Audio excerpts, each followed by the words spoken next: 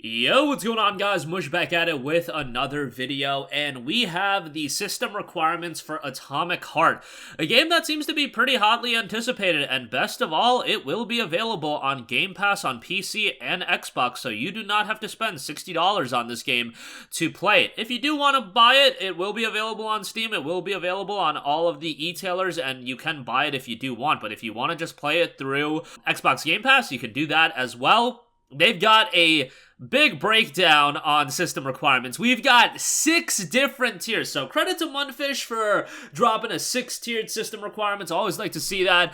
I always like to see over 2, of course, and ideally you want to see 4.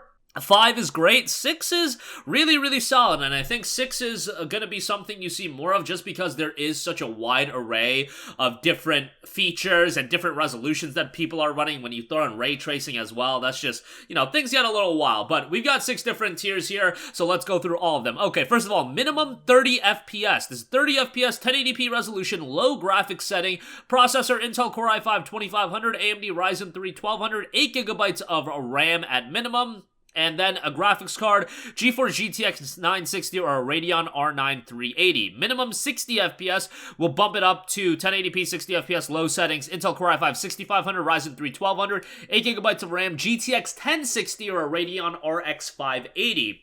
Then we have a medium, that is 60 FPS, 1080p, medium graphics preset, i5 6600K, AMD Ryzen 5 1400, 16GB of RAM at that setting, and then GTX 1070 or an RX 5600 XT. Then we are moving up to high. This is 60 FPS, 1080p at high settings, i5 7600K and a Ryzen 5 1600, 16GB of RAM, and then a GTX 1080 or a Radeon RX 5700 XT. And then we have the big presets, Ultra. This is 60 frames per second, Ultra settings, 1080p, Intel Core i7 7700K, AMD Ryzen 5 2600X, and then 16GB of RAM here as well, and then RTX 2070 Super or a RX 6700 XT. And then finally, we have Ultra 4K. This is 60 frames per second at 4K resolution, 2160p, Ultra settings, Intel Core i7 8700K, AMD Ryzen 5 3600X, 16GB of RAM at Ultra 4K, and then an RTX 3080 or a Radeon RX 6800 XT. So hopefully you guys were able to follow along with all of that. I will leave a link to Munfish's Twitter account where they do have an image, and we'll put the image on the video as well, that you guys can follow along. Honestly speaking, you look at Ultra 4K and that looks kind of wild, but it's 60 FPS 4K Ultra settings. That's not that crazy given some of the system requirements we've been seeing, and that this game does look pretty technically impressive, and it's going to be, a game with a lot going on and whatnot.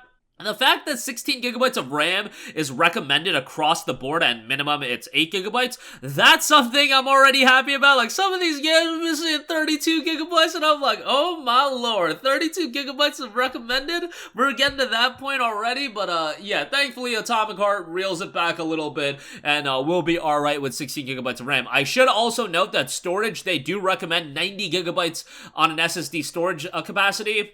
So this is going to be a pretty massive game as far as install size goes, so bear that in mind as well. It does seem like it's going to be a relatively lengthy game. I've heard 35 to 40 hours to 100% it, so, for a first-person shooter, that's quite a lot of content, and it is going to have some open-world style sections to it, so excited for this game. If you're not completely sold on it based on the fact that it has been delayed quite a few times, I would say, hey, a lot of you guys have an Xbox Game Pass subscription. Just play it through Game Pass. I think you're going to have a good time with it, and you're not going to have to drop $60 on it. I should also note our good friends at Green Man Gaming do have the game discounted a little bit. I believe they are selling it for $49.19. There is a premium edition available, which is quite a bit more expensive. Quite surprised by this. Standard price is $100. The discount does bring it down to $82, but that is quite expensive. Now, it does include the Atomic Pass, so that is something to note, but yeah, that is quite expensive for a premium edition. Imagine most of you guys will get the standard edition, or if nothing else, you'll play it through Xbox Game Pass. But there you go.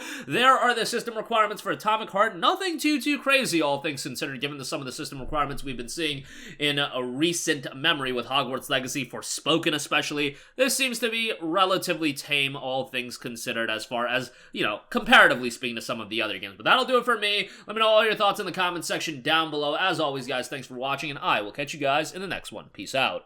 Hey, what's going on, guys? Mush here again. Hope you enjoyed the video. As you guys might know, YouTube's notification system is sometimes a little bit wonky, even if you're subscribed to the channel. Maybe you're not abundantly aware that I uploaded a video. To remedy that situation, make sure you hit the bell notification button. This way, whenever I upload a new video, and I try to upload as consistently as possible, you will be notified directly of the upload, and you can watch it as soon as it goes live. I would really appreciate if you guys hit that button so you can stay up to date with all of the content I'm posting. But as always, guys, thanks for watching, and I'll catch you guys in the next one. Peace out.